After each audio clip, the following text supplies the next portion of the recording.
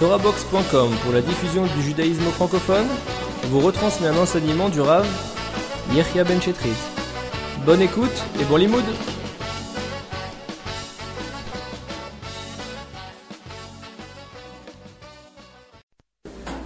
Cette semaine, on va traiter ensemble le sujet de la marloquette, puisqu'on va passer par la paracha de Korach. C'est un sujet important. Au moins une fois dans sa vie, chacun d'entre nous, il a été confronté à une querelle ou à une discorde. Ça dépend comment est-ce qu'on décide de le traduire. Alors à ce propos, comme vous savez tous que, en bref, Korach, il décide de se révolter contre Moshe Rabbeinu et contre Aaron et contre Hachem aussi finalement. Et de là, il en résulte une catastrophe en Israël, beaucoup de tzadikim qui meurent, une épidémie avec encore beaucoup de morts. Alors on va essayer de comprendre qu'est-ce qui s'est passé, comment est-ce que ça a pu arriver, et aussi en quoi ça doit nous enseigner comment est-ce que nous on peut éviter ce genre de problème. Alors c'est marqué dans Pirkei Avot, au Perek E al Mishnah Yud Zayin, Kol machloket shehi leshem shamayim sofa leitkayem. Toute machloket, toute querelle qui est leshem shamayim, ça veut dire qui est fait pour Hachem, donc pour le bien. Sofa leitkayem, sa finalité, elle est de durer, de réussir, de construire. Vesheina leshem shamayim, et si ce n'est pas fait leshem shamayim, ça n'est pas fait pour Hachem, ça n'est pas fait dans un bon esprit. En sofa leitkayem, sa finalité, elle n'est pas de construire ou d'apporter du bien.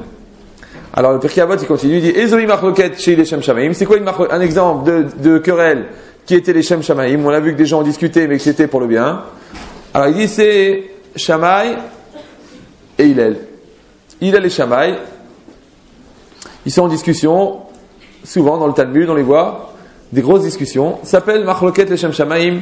C'est une querelle qui est faite pour le bien. Par contre, chez Nal et Shem Shamaim, c'est quoi? Zo machloket korach v'chol adato. Ça, c'est la querelle, une discussion qui n'est pas les Shem Shamaim, qui n'est pas faite pour, dans l'esprit de construction et pour Hachem. Alors ça, c'est Korach et toute sa bande, korach v'chol adato. Donc ici, le Pirkei Avot, il a bien voulu nous montrer la différence qui existe entre les différentes sortes de machloket. Qu'est-ce que c'est une machloket? Est-ce que tout le monde sait ce que c'est machloket? Bon, vous êtes obligé de traduire à chaque fois. Il y a un ulpan qui est organisé le mercredi. Bon. Alors, machloket, c'est une querelle. Comme ça, si j'oublie de le traduire, parce que je vais l'employer à peu près 11 743 fois dans ce cours. Donc, si j'oublie de le dire, vous le saurez tous. Machloket, c'est une querelle. Alors. Donc, le problème, il est comme ça.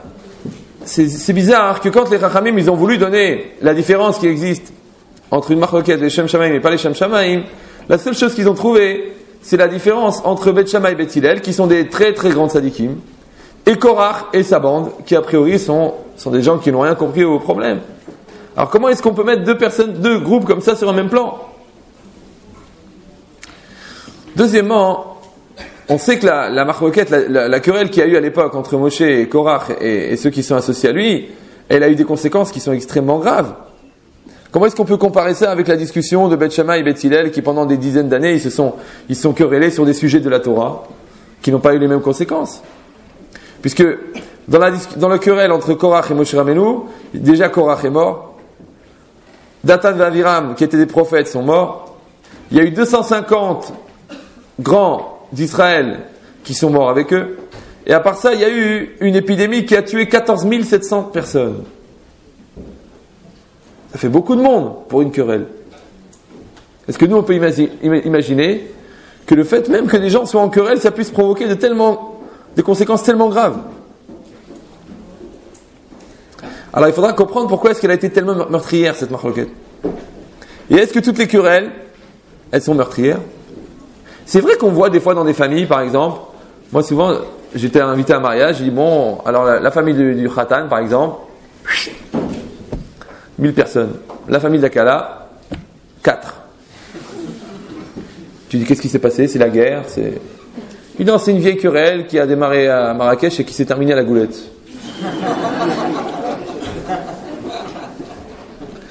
Alors le frère, il a truqué la sœur elle a insulté l'autre il a dit, attends ça, je viens plus à ton mariage, on se voit plus, hop, tac!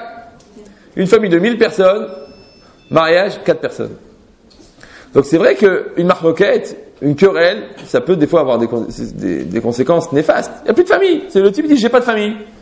J'ai jamais vu les sœurs à mon père, j'ai jamais vu les sœurs à ma mère, parce qu'il y a 30 ans, ils se sont vexés et c'est fini. Mais là, on parle de conséquences graves. 14 700 morts.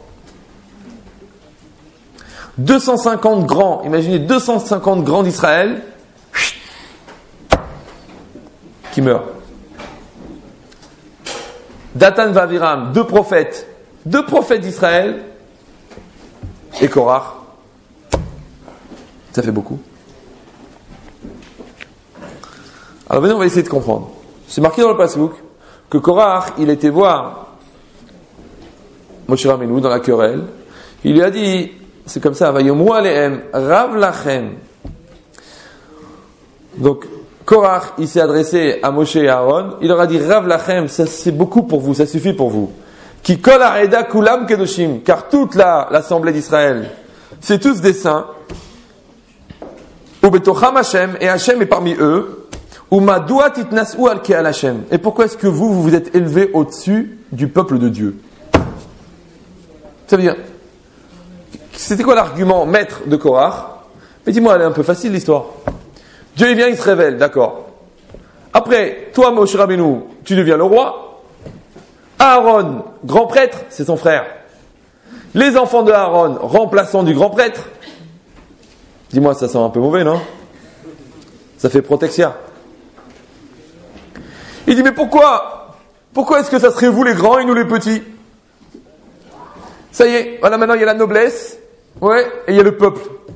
Pourquoi? La matitnas ou alke al Hashem. Pourquoi vous vous êtes mis au-dessus du peuple?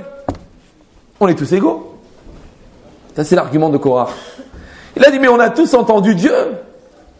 Dieu nous a parlé à tous. Dieu nous a donné la Torah à tout le monde. Alors comment ça se fait que maintenant vous êtes devenu le grand sadique, et son frère le grand sadique, et son petit-fils le grand sadique, et nous alors?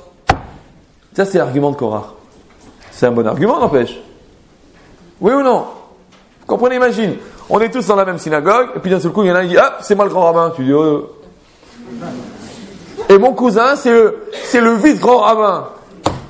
Et mon neveu, c'est le vice-vice-grand rabbin. Et mon petit-petit-neveu, c'est le trésorier. Lui, c'est le vicieux grand rabbin.